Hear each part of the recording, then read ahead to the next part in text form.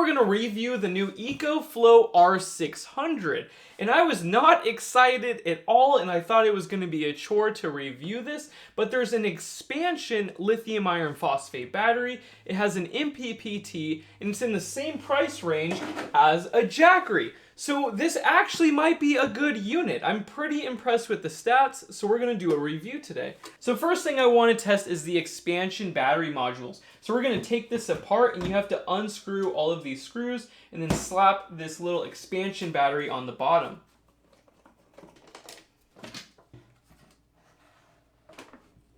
Oh, look at that! It has a little light.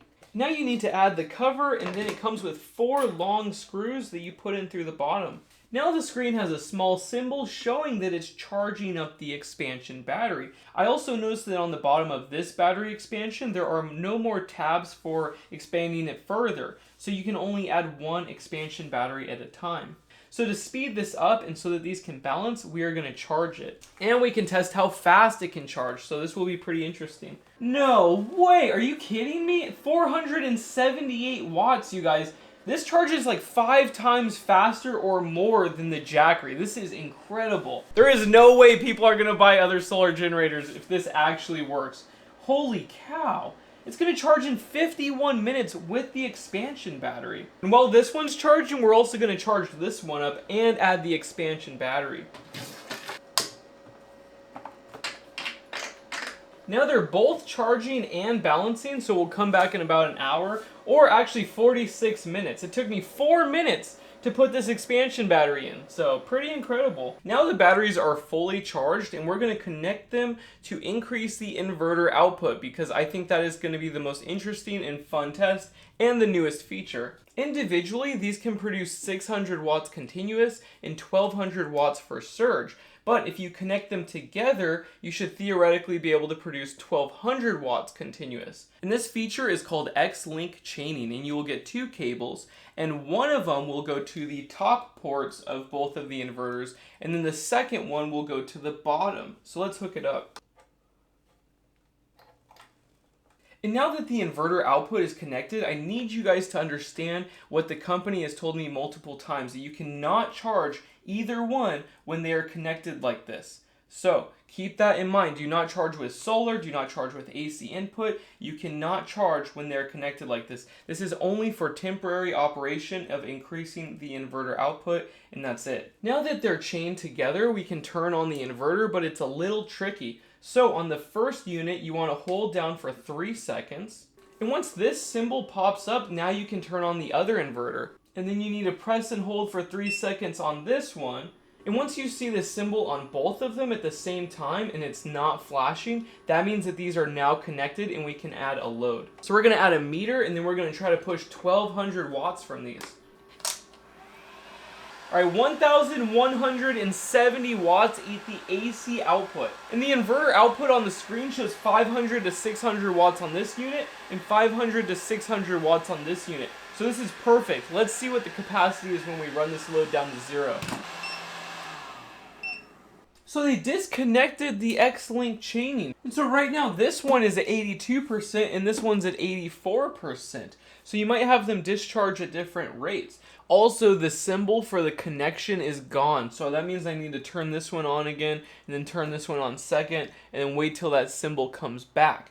And then we're going to add a different load because this was a little bit unfair when you're pushing it to the absolute limit. It was spiking over 600 on each one. First, let's turn this back on again, hold it for 3 seconds. Now they're connected, so let's hook up our watt meter. This is a 435 watt load. Now we have a space heater connected, and we're pulling exactly 1,165 to 1,169 watts. So this is a very fair test, and we're going to put it on the watt hour meter and then see what happens. And on the screen it shows 570 and 580, 600 over here, but it's more balanced and it's not fluctuating nearly as much.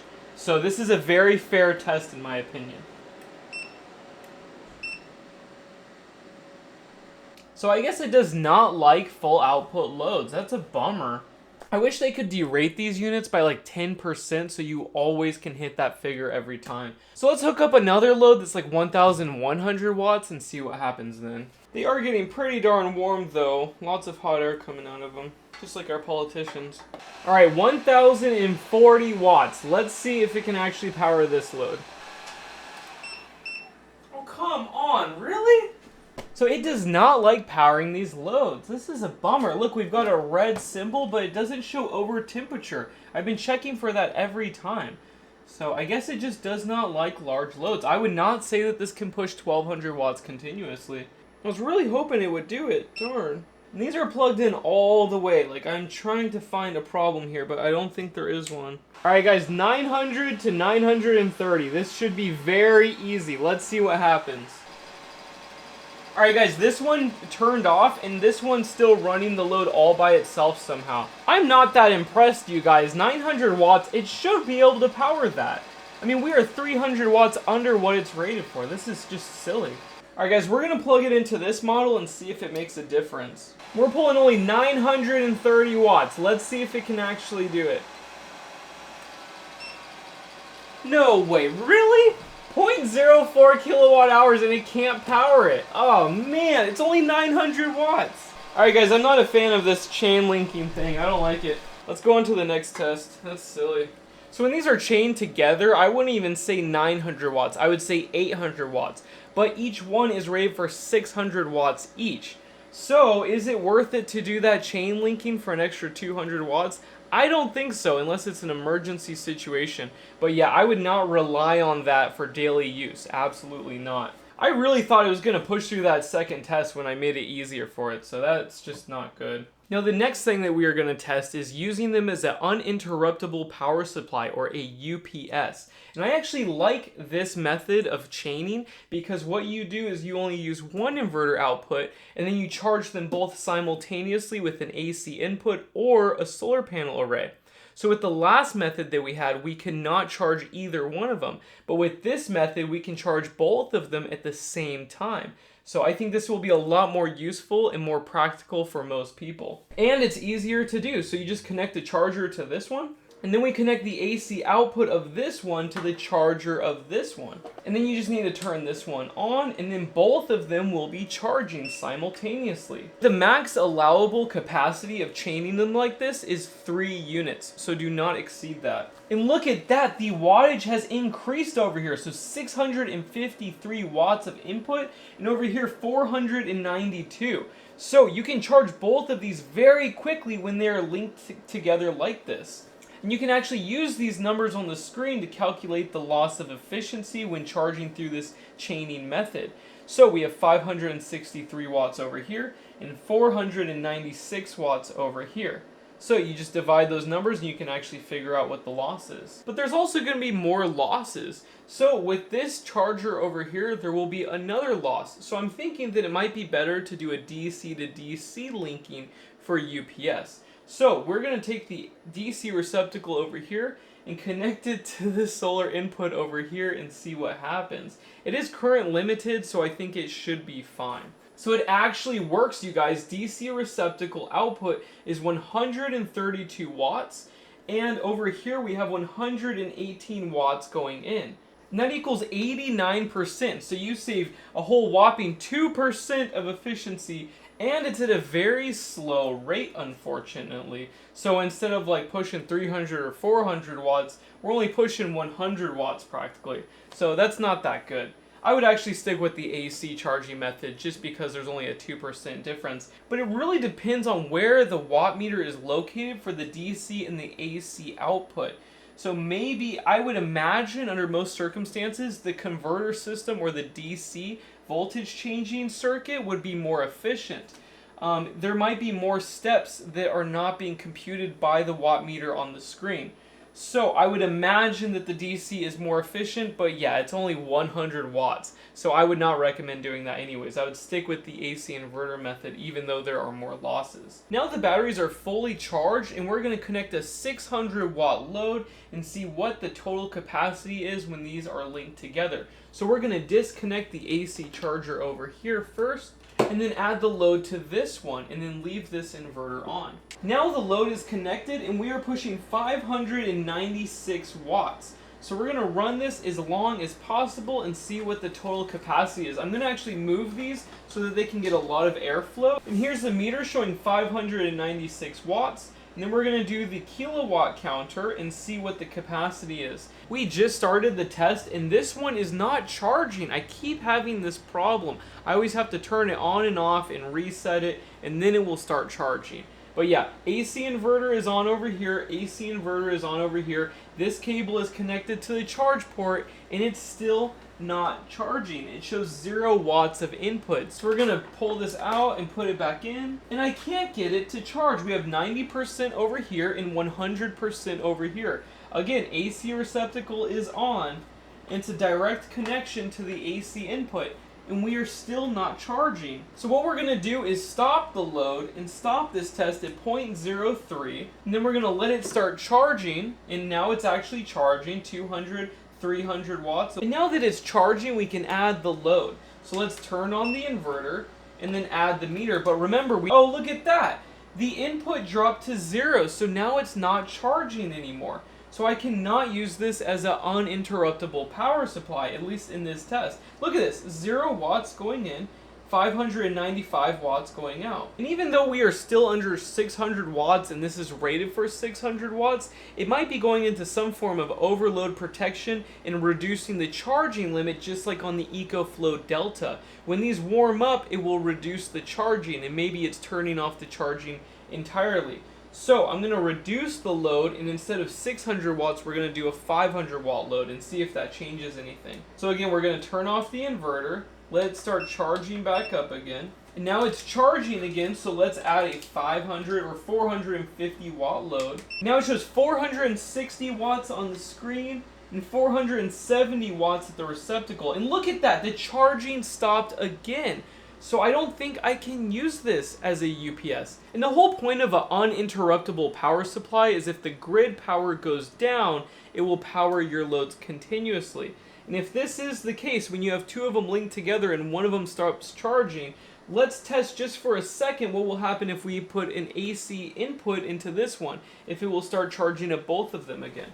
And it's still not charging. We need to turn off the inverter over here and then plug it back in again. This is a pain in the butt. It should just work. So I would not consider these to be a viable option as an uninterrupted power supply.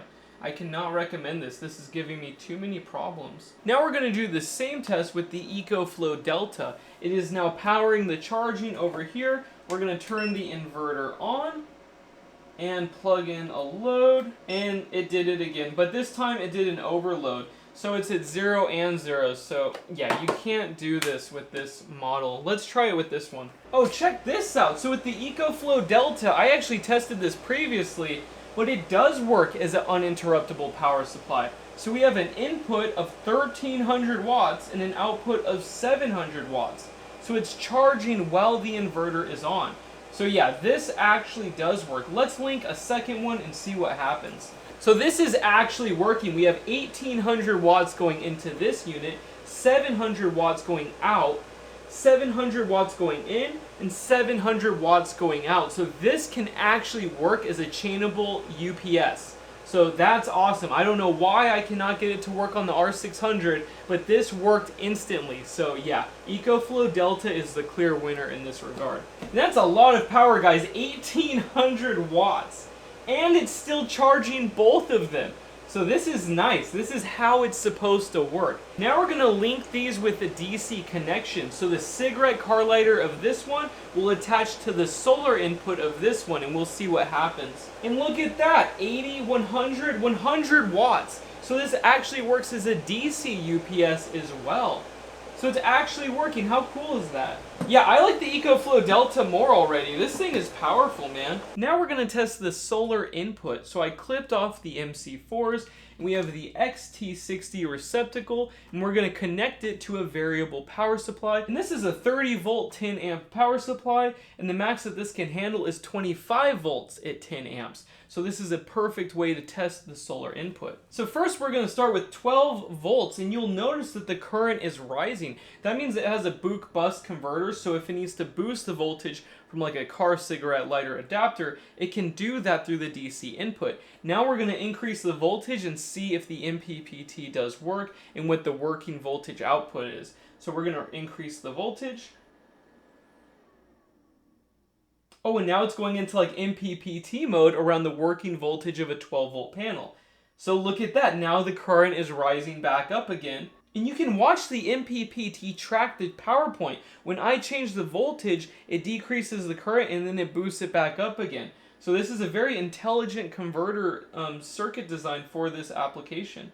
So 25 volts and 8.6 amps is the max with 200 watts going in, which is pretty good, especially for this size battery.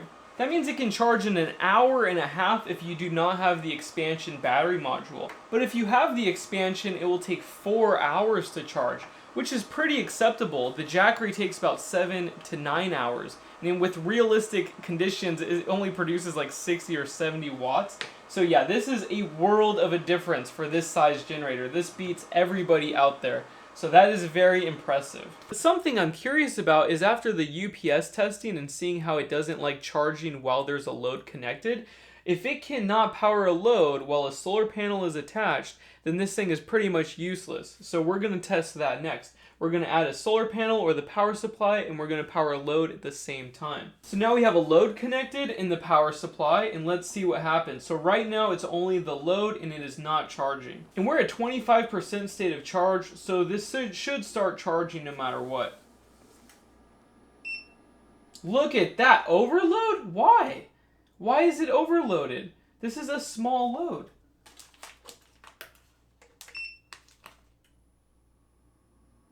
So I just turned off the inverter and it's starting to charge with solar. So I cannot make it run a load while it's charging with solar or the AC.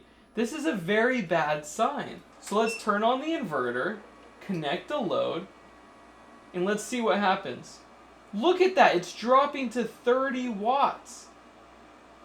Why is it doing that? I've never seen a single solar power system in the world do this. And now we just got an overload, but it wasn't over 600 watts, and this is a very fair load. It doesn't fluctuate. Oh, this is so strange. So I am not impressed, and I'm getting very tired and very frustrated now. And look at that, now it's starting to charge right when you turn the inverter off. This is so silly. This is not okay. Just to show you guys one more time, so we have 169, 170 watts going in. We turn the inverter on. The load goes to 450. This inverter is rated for 600 watts, so that should be fine. And look at the charging input dropped to 30 volts. So yeah, I do not see this as a standalone solar power system in my opinion. This is not acceptable. And look at that, overload. That's not cool. I don't like that. That's not good. Why in the world would they send this to me if it says in the manual that it can do all of this stuff? I cannot get it to work, and I think these are very, very simple tests. This video should have taken me a couple hours, and it's already been a whole day. So I'm very disappointed right now. I'm actually going to give up on this review. I am very disappointed, and I don't think that any of my viewers should buy this model. They are going to send me out the R600 Pro with lithium iron phosphate battery expansion, and hopefully that works better. But so far with this model, I do not like this model. This is crazy. I was going to test all the other functionality features like the Wi-Fi and stuff, but if it cannot charge while powering a simple AC load that is derated by quite a lot, you guys should not buy this. Especially if you're getting an overload with a 450 watt halogen light. This is a very simple test that I was throwing at it and it failed every single time. So yeah, I'm very disappointed right now. The EcoFlow Delta passed all of these tests. And I complained about that one, but yeah, this one is not passing those tests. I was so excited for this to work well. I wanted to put this as the main unit on my website. But yeah, for now, I don't see it as an option. I'm hoping that the R600 Pro is an option, and we'll find out soon enough. Anyways, thank you so much for watching. I'm so sorry that I had to get so frustrated, and it took so long to do all of this testing. But yeah, this is unacceptable. I'm hoping the company actually emails me and tells me that I got a wrong product or something, because this is just silly. I do not understand what I'm doing that's wrong here. And I think the one thing that tripped me up the most is powering a 450 watt load and then it trips the overload. Why would it do that? This is rated for 600 watts continuous and 1200 watts surge. It should not be tripping at 450 watts. Anyways, I hope you guys like this video. There's going to be more to come. I'm going to do further testing in other aspects with the newer model, and hopefully that will work as advertised. But for me and this one, it's just not working, and in my opinion, I would not buy this how it is right now. Very unfortunate. I am very upset, actually. I really wanted something to recommend my viewers, but this is not going to be it. I hope you guys like this video, and I will talk to you soon. Bye.